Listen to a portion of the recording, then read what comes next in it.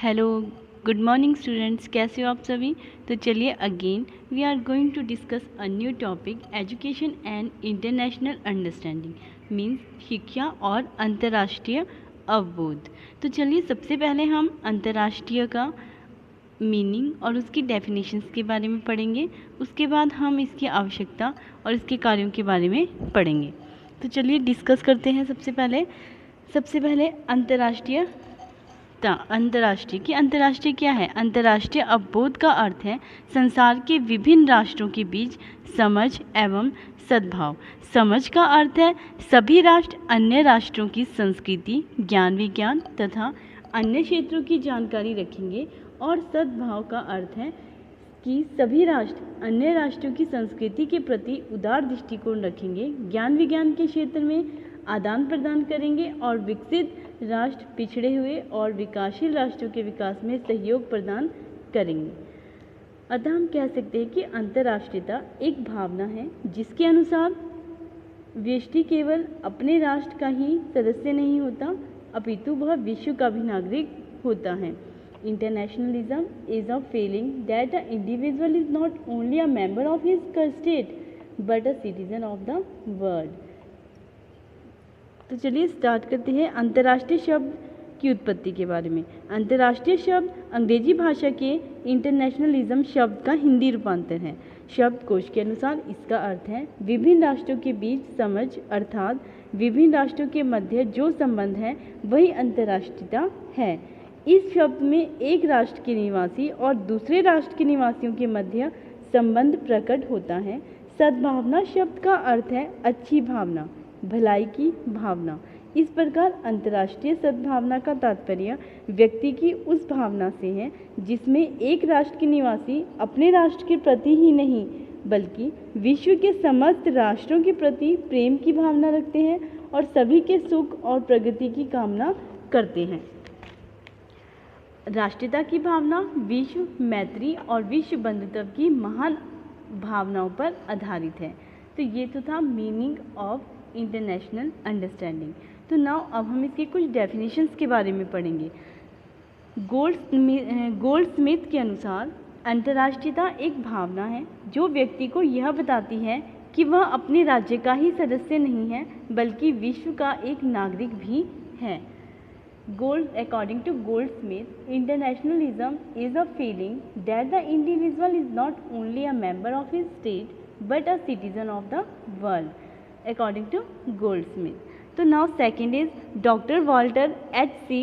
Leibs के अनुसार अंतर्राष्ट्रीय भावना इस ओर भी ध्यान दिए बिना कि व्यक्ति किस राष्ट्रीयता या संस्कृति के हैं, एक दूसरे के प्रति सब जगह उनके व्यवहार का आलोचनात्मक एवं निष्पक्ष रूप से निरीक्षण करने और आंकने की योग्यता है। तो ये तो थी डेफिनेशन ऑफ इंटरनेशनल अंडरस्टैंडिंग। अतः हम कह सकते हैं कि अंतर्राष्ट्रीयता की भावना उग्र राष्ट्रीयता की भावना का विलोम है। इसके अंतर्गत व्यक्ति समस्त विश्व को अपने निवास स्थान समझता है और मानव मात्र से प्रेम करने लगता है। संपूर्ण विश्व उसका कुटुंब हो जाता है और संपूर्ण मानव जाति से उसका भाईचारे का संबंध स्थापित हो जाता है। जैसे डॉक्टर राधाकृष्णन ने लिखा भी है, विश्व एक साझेदारी है। विश्व क्या है?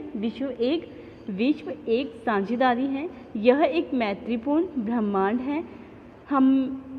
हमने प्रेम करने के लिए जन्म लिया है, न कि घृणा करने के लिए। हम एक दूसरे की सहायता करने के लिए पैदा हुए हैं, न कि एक दूसरे को समाप्त करने के लिए। देखो राधा कृष्ण ने कितनी अच्छी बात कही थी ना कि विश्व क्या एक साझेदारी है, एक मैत्रीपूर्ण ब्रह्मांड है। हमने प्रेम करने के लिए जन्म लिया है, ना कि घृणा करने के लिए। हम एक दूसरे की सहायता करने के लिए पैदा हुए हैं, ना कि एक दूसरे को समाप्त करने के लिए। इस प्रकार अंतर्राष्ट्रीय भावना का विकास व्यक्ति को मानव मात्र के प्रति अपने कर्तव्यों के लिए सजग बना देता है और तब तक वह अपने राष्ट्र के हितों को विश्व तथा मानव मात्र हितों के लिए बलिदान कर देता है। तो चलिए अब हम बढ़ते हैं अंतर्राष्ट्रीय सद्भावना के विकास के शिक्षा के उद्देश्यों की बात करते हैं। जिसके अंतर्राष्ट्रीयता की भावना के विकास के लिए शिक्षा के उद्देश्य निम्नलिखित है। नंबर 1, छात्रों में इस दृष्टिकोण का विकास करना कि वे राष्ट्र के नागरिक नहीं हैं बल्कि संपूर्ण विश्व के नागरिक हैं। नंबर 2, उनमें यह समझने की क्षमता पैदा करने की विश्व के सभी राष्ट्र एक दूसरे पर आश्रित हैं और एक राष्ट्र का दूसरे राष्ट्र के साथ संबंध बनाए रखना अति आवश्यक है। उसके बाद नंबर 3, उनको यह जानकारी देना कि विश्व में अनेक राष्ट्र और संस्कृतियां हैं, प्रत्येक राष्ट्र और संस्कृति में कुछ ना कुछ अच्छी बातें हैं। नंबर 4, उनको इस बात की भी जानकारी दी जानी चाहिए कि राष्ट्र छोटा हो या बड़ा, उसका विश्व में महत्व अवश्य है, उसने मानव जाति के विकास के लिए कुछ ना कुछ योगदान जरूर दिया है। उसके बाद आता है नंबर 5, छात्रों को अपने देश की समस्याओं की जानकारी देने के साथ साथ विश्व की समस्याओं की भी जानकारी देनी चाहिए, जिससे वे अपने देश की समस्याओं के विषय में ही ना सोचे बल्कि विश्व की समस्याओं के बारे में भी सोचे, अध्ययन करें, चिंतन करें। नाउ नेक्स्ट है हमारा नंबर 6, उसमें ऐसी क्षमता का विकास किया जाना चाहिए जिससे वे स्वतंत्र रूप से सोच सके और अपने निर्णय स्वयं ले सके। यदि वे ये सब करने की आदत डाल देंगे तो वे किसी तथ्य को स्वीकार करने से पूर्व उस पर जरूर विचार करेंगे। नेक्स्ट है बालकों को विश्व नागरिकता के लिए तैयार करना। नेक्स्ट है सामूहिक उत्तरदायित्व की भावना विकसित करना। नंबर 9, छात्रों में ऐसी क्षमता पैदा करना कि वे अपने ज्ञान को प्रयोग में ला सके, क्योंकि प्रत्येक छात्र जानता है कि उसे मानव मात्र से प्यार करना चाहिए। मानव मात्र से प्रेम कैसे किया जाए, इसका ज्ञान देना अंतर्राष्ट्रीय शिक्षा का महत्वपूर्ण उद्देश्य माना जाता है। नेक्स्ट है हमारा नंबर लास्ट 10 पॉइंट, अध्यापकों में सही अभिवृत्तियों का विकास करना। तो ये तो थे हमारे अंतर्राष्ट्रीय सद्भावना के विकास के लिए शिक्षा के उद्देश्य। अब हम बात करते हैं अंतर्राष्ट्रीय सद्भावना के विकास में शिक्षा की आवश्यकता की हमें कहाँ कहाँ पे इसकी नीड हुई। तो नंबर 1, संकुचित राष्ट्रीयता की भावना को दूर करना। प्रत्येक राष्ट्र अपनी उन्नति चाहता है, इसके लिए वह अपने स्वार्थों की पूर्ति के सामने दूसरों के हितों की उपेक्षा करता है। नंबर 2, मानवीय गुणों के विकास के लिए। मानवीय गुण मतलब संपूर्ण मानव जाति एक है, अलग अलग राष्ट्र जातियों और प्रजातियों में बंटे होने पर भी सभी प्राणियों में मानवीय आत्मा एक है। मानवीय गुणों का विकास करने के लिए अंतर्राष्ट्रीय आदर्शों पर आधारित शिक्षा की आवश्यकता है। नेक्स्ट है नंबर 3, विश्व में सुख शांति की स्थापना के लिए। विश्व में युद्धों का कारण संकुचित राष्ट्रीयता की भावना रही है, अतः भविष्य में युद्धों को रोकने के लिए ऐसी शिक्षा की आवश्यकता है कि बालकों को प्रारंभ से ही अंतर्राष्ट्रीयता की भावना का विकास हो और वे सभी सच्चे आदर्शों की स्थापना अपना सकें। नेक्स्ट है हमारा मानव मात्र के प्रति प्रेम उत्पन्न करना। आज ऐसी शिक्षा की आवश्यकता है कि मानव अपने को पहचानकर विश्व के समस्त नागरिकों के प्रति प्रेम, सद्भावना, सहानुभूति तथा उदारता के भावों से मुक्त हो सके। शिक्षा को एक विश्व की धारणा को प्रोत्साहित करना चाहिए। शिक्षा ऐसी होनी चाहिए कि मानवीय समस्याओं को जैसे गरीबी, बेरोजगारी, दूषित स्वास्थ्य तथा अज्ञानता को दूर कर सके। यही कार्य विश्व में एक तत्व ला सकती है। ठीक है, उसके बाद है हमारा नेक्स्ट नंबर 5, जीवन की आवश्यकताओं की पूर्ति के लिए। किसी भी राष्ट्र में घटने वाली किसी भी घटना का प्रभाव संपूर्ण विश्व पर पड़ता है। वैज्ञानिक आविष्कारों के राष्ट्रों की परस्पर दूरी को कम कर दिया जाए और मानव जीवन की आवश्यकताएं इतनी बढ़ा दी जाए कि कोई भी राष्ट्र अपनी समस्त आवश्यकताओं को स्वयं पूरा करने में समर्थ नहीं हो पाता है। उसे सहायता के लिए दूसरों पर आश्रित होना ही पड़ता है। अतः अंतर्राष्ट्रीयता के लिए शिक्षा की आवश्यकता है। नेक्स्ट है हमारा राष्ट्रीय सुरक्षा के लिए। आधुनिक शक्ति के विकास से आज प्रत्येक राष्ट्र की सुरक्षा को खतरे में डाल दिया है। प्रत्येक राष्ट्र के लिए आवश्यक है कि दूसरे राष्ट्रों के साथ मिलजुल कर रहें। किन्हीं दो राष्ट्रों के मध्य युद्ध होने पर या अन्य कोई संकट आने पर मिलजुल कर रहें। किन्हीं दो राष्ट्र अगर कोई भी संकट आ जाता है तो उनमें राष्ट्र भी प्रभावित होता है। अतः अंतर्राष्ट्रीय सद्भावना के विकास के लिए शिक्षा अत्यंत आवश्यक है। इस प्रकार की शिक्षा समस्त मानव जातियों को प्रेम और सहानुभूति का विकास करके मैत्रीपूर्ण संबंधों का विकास कराती है। बल्कि हमारे हॉरेन मन ने कहा भी है कि उस समय तक शर्मिंदा रहो जब तक कि तुमने अपनी मानवता के लिए कोई जीत प्राप्त नहीं की है। उसके बाद नेक्स्ट पॉइंट है हमारा युद्धों की समाप्ति के लिए। संयुक्त राष्ट्र संघ सहअस्तित्व के साथ साथ अनाक्रमण का भी पोषक है, परंतु स्थिति यह है कि तीसरे विश्व युद्ध की कगार पर खड़े हैं। किसी भी राष्ट्र के अंतर्राष्ट्रीय बजट को उठाकर देख लीजिए, उसके बजट का लगभग 50% रक्षा पर व्यय हो रहा है। कुछ बड़े देशों के पास तो सहायक शस्त्रों अस्त्रों का भी इतना भंडार है कि वे अकेले ही पूरे विश्व को चंद घंटों में समाप्त कर सकते हैं। उसके बाद हम बात करते हैं अंतर्राष्ट्रीय व्यापार के लिए। संसार के प्रत्येक राष्ट्र की अपनी विशेषताएं होती है, कुछ प्रकृति दान होती है तो कुछ मानव निर्मित। किसी देश में अन्न अधिक पैदा होता है तो किसी देश में तेल का उत्पादन अधिक होता है, कपड़ा अधिक तैयार किया जाता है तो किसी देश में इलेक्ट्रॉनिक वस्तुओं का निर्माण अधिक होता है। आज सभी देश अंतर्राष्ट्रीय व्यापार द्वारा एक दूसरे की आवश्यकता की पूर्ति करते हैं। यह आदान प्रदान सभी राष्ट्रों के बीच हो, इसके लिए अंतर्राष्ट्रीय बोध एक पहली आवश्यकता है। नेक्स्ट है हमारा पिछड़े राष्ट्रों के विकास के लिए।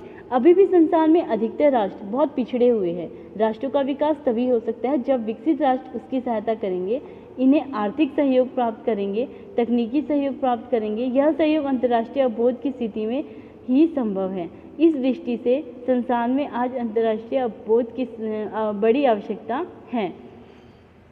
ये तो थे हमारे अंतर्राष्ट्रीय सद्भावना के विकास अंतर्राष्ट्रीय सद्भावना के विकास में शिक्षा की आवश्यकताएं। तो चलिए अब हम बात करते हैं अंतर्राष्ट्रीय सद्भावना के विकास की शैक्षिक कार्यक्रम। छात्रों में अंतर्राष्ट्रीय सद्भावना का विकास करने के लिए निम्नलिखित शैक्षिक कार्यक्रमों का आयोजन किया जाना चाहिए। नंबर 1, पाठ्यक्रम का निर्माण इस प्रकार हो कि छात्रों में मानवीय गुणों का विकास हो सके। नंबर 2, पाठ्यक्रम के अंतर्गत अंतर्राष्ट्रीय इतिहास, भूगोल, नागरिक शास्त्र, समाजशास्त्र, दर्शन, कानून विज्ञान, साहित्य, कला आदि को महत्वपूर्ण स्थान दिया जाना चाहिए। नंबर 3, खेलकूद प्रतियोगिताओं का आयोजन अंतर्राष्ट्रीय स्तर पर होना चाहिए। नंबर 4, साहित्यिक गोष्ठियों का आयोजन तथा प्रसिद्ध व्यक्तियों के भाषण आदि अंतर्राष्ट्रीय स्तर पर होने चाहिए। नेक्स्ट है हमारा विभिन्न राष्ट्रों के विद्यार्थियों को परस्पर पत्र द्वारा मित्रता स्थापित करने के लिए प्रोत्साहित करना चाहिए। नंबर 6, विद्यालयों में संयुक्त राष्ट्र संघ के विभिन्न अंगों संस्थाओं जैसे यूनेस्को, शांति संगठनों, अंतर्राष्ट्रीय न्यायालय आदि की पूर्ण जानकारी प्रदान होनी चाहिए। नेक्स्ट है हमारा अन्य राष्ट्रों के प्रति रुचि उत्पन्न करने के लिए छात्रों को विभिन्न देशों में डाक टिकटों और राष्ट्रीय ध्वजों को एकत्रित करने के लिए प्रोत्साहित करना चाहिए। छात्रों को बताना चाहिए कि विज्ञान का उपयोग मानव मात्र के कल्याण के लिए ही हो, रोगों से मुक्त और जीवन स्तर ऊंचा करने के लिए हो, ना कि विनाश के लिए। नेक्स्ट है हमारा अंतिम पॉइंट नंबर 10, विभिन्न संचार माध्यमों के द्वारा संसार के विभिन्न देशों के इतिहास, आदर्श, उपलब्धियों तथा समस्याओं का ज्ञान छात्रों को दिया जाना चाहिए। तो ये तो थे हमारा अंतर्राष्ट्रीय सद्भावना के विकास के लिए शैक्षिक कार्यक्रम। तो अब हम अंत में बात करते हैं अंतर्राष्ट्रीय सद्भावना के विकास के लिए शिक्षा की पाठ्यक्रम सहगामी क्रियाओं को, या ये बोल सकते हैं कि अंतर्राष्ट्रीय सद्भावना के विकास के लिए शिक्षा में क्या क्या उपाय किए गए हैं। जैसे आप सभी जानते हैं कि आधुनिक युग में अंतर्राष्ट्रीयता को विश्व मानव की आवश्यकता स्वीकार किया जा चुका है। अंतर्राष्ट्रीय सद्भावना के विकास का मुख्य साधन शिक्षा ही है। शिक्षा ही विश्व के युवकों को अंतर्राष्ट्रीयता की ओर ले जाती है। इस तथ्य को ध्यान में रखते हुए दार्शनिक और शिक्षा शास्त्रियों ने शिक्षा के पाठ्यक्रम में विभिन्न परिवर्तन और सुझाव दिए हैं तथा साथ ही साथ शिक्षा के क्षेत्र में विभिन्न पाठ्यक्रम सहगामी क्रियाओं को अपनाने के सुझाव दिए हैं। तो हम बात करते हैं अंतर्राष्ट्रीय सद्भावना के विकास के लिए उपाय या विकास के लिए पाठ्यक्रम सहगामी क्रियाएं। तो चलिए स्टार्ट करते हैं। नंबर 1, विभिन्न अंतर्राष्ट्रीय दिवसों का आयोजन। अंतर्राष्ट्रीय सद्भावना के विकास के लिए अति महत्वपूर्ण तथा उत्तम उपाय हैं अंतर्राष्ट्रीय दृष्टिकोण से निर्धारित किए गए विभिन्न महत्वपूर्ण दिवसों का उत्साहपूर्ण आयोजन करना। इस प्रकार के महत्वपूर्ण दिवस हैं अंतर्राष्ट्रीय साक्षरता दिवस, मानव अधिकार दिवस, विश्व पर्यावरण दिवस, संयुक्त राष्ट्र दिवस, विश्व स्वास्थ्य दिवस, विश्व विकलांगता दिवस और अंतर्राष्ट्रीय महिला दिवस। इन सभी राष्ट्रीय दिवसों को प्रत्येक विद्यालय में आयोजित किया जाना चाहिए तथा उनकी पृष्ठभूमि एवं महत्व को स्पष्ट किया जाना चाहिए। नंबर 2, विश्व की महान विभूतियों का आयोजन। अंतर्राष्ट्रीय सद्भावना के विकास के लिए सभी विद्यालयों में विश्व की समस्त महान विभूतियों के जन्म दिवस आयोजित किए जाने चाहिए। इन अवसरों पर संबंधित महान विभूतियों के आदर्शों, उपदेशों तथा मानवतावादी दृष्टिकोण एवं विचारों की चर्चा की जानी चाहिए। नेक्स्ट है हमारा उपयोगी व्याख्यानों का आयोजन।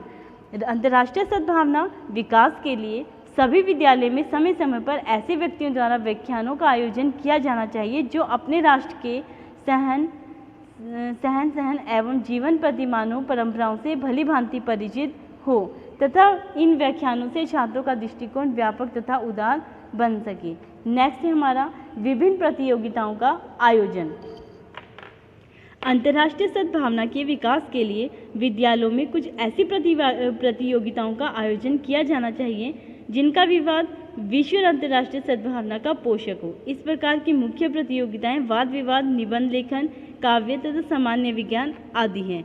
उसके बाद नेक्स्ट हम बात करते हैं अंतर्राष्ट्रीय विभिन्न राष्ट्रों की सांस्कृतिक कार्यक्रमों का चयन। अंतर्राष्ट्रीय सद्भावना के विकास के लिए ही मानव समय समय पर विद्यार्थियों के भिन्न भिन्न राष्ट्रों के लिए सांस्कृतिक कार्यक्रमों का मंचन किया जाना चाहिए। इन कार्यक्रमों को आयोजन से छात्रों को विभिन्न राष्ट्रों के रहन सहन, जीवन तथा वेशभूषा आदि की समुचित जानकारी प्राप्त हो सकेगी। नेक्स्ट है हमारा विभिन्न प्रदर्शनियों का आयोजन।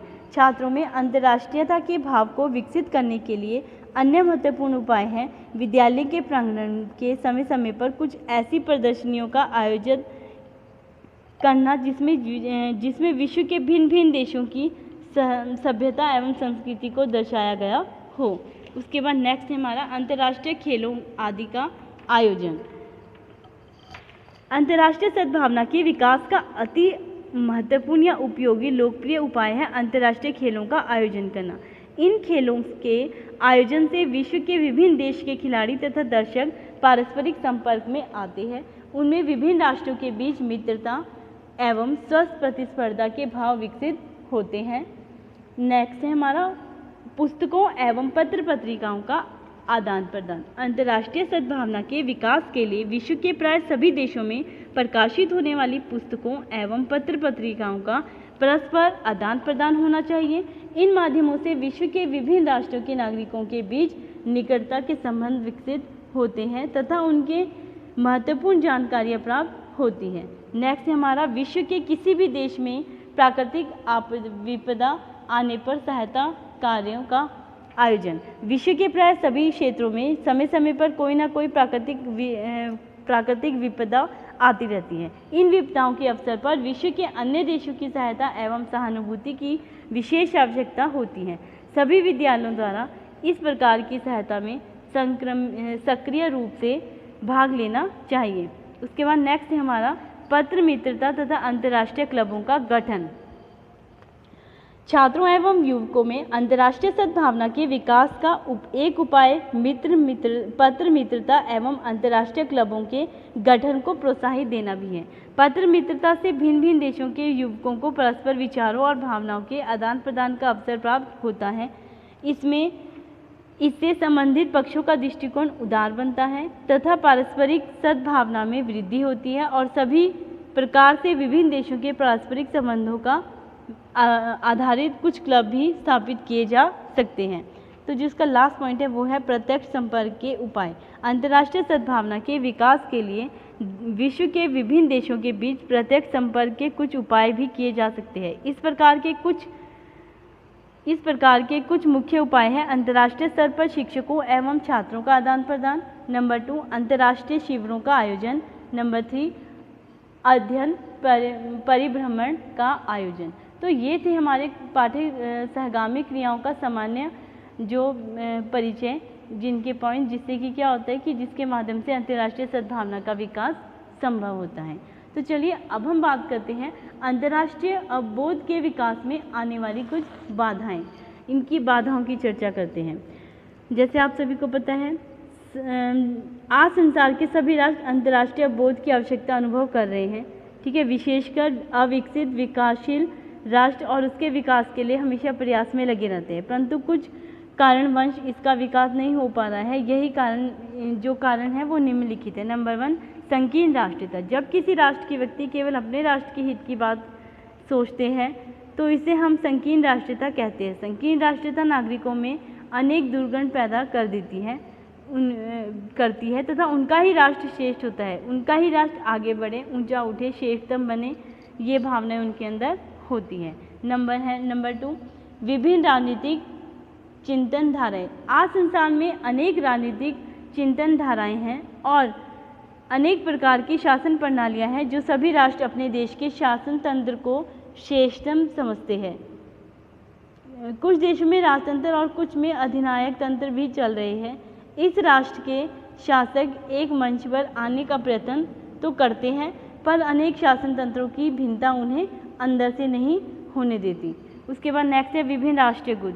आज संसार के राष्ट्र अनेक गुटों में बंटे हुए हैं। कुछ राष्ट्रों ने अपना एक अलग गुट बनाया है और उसे गुट निरपेक्ष गुट की संज्ञा दी गई है, किंतु यह बिल्कुल गलत है। किसी ने सही कहा है कि राजनीतिक चतुरता और चालाकी पर निर्भर करती है। ये सभी गुट जब कभी अंतर्राष्ट्रीय स्तर पर मिलते हैं तो एक दूसरे के साथ चतुरता और चालाकी से ही बरतते हैं।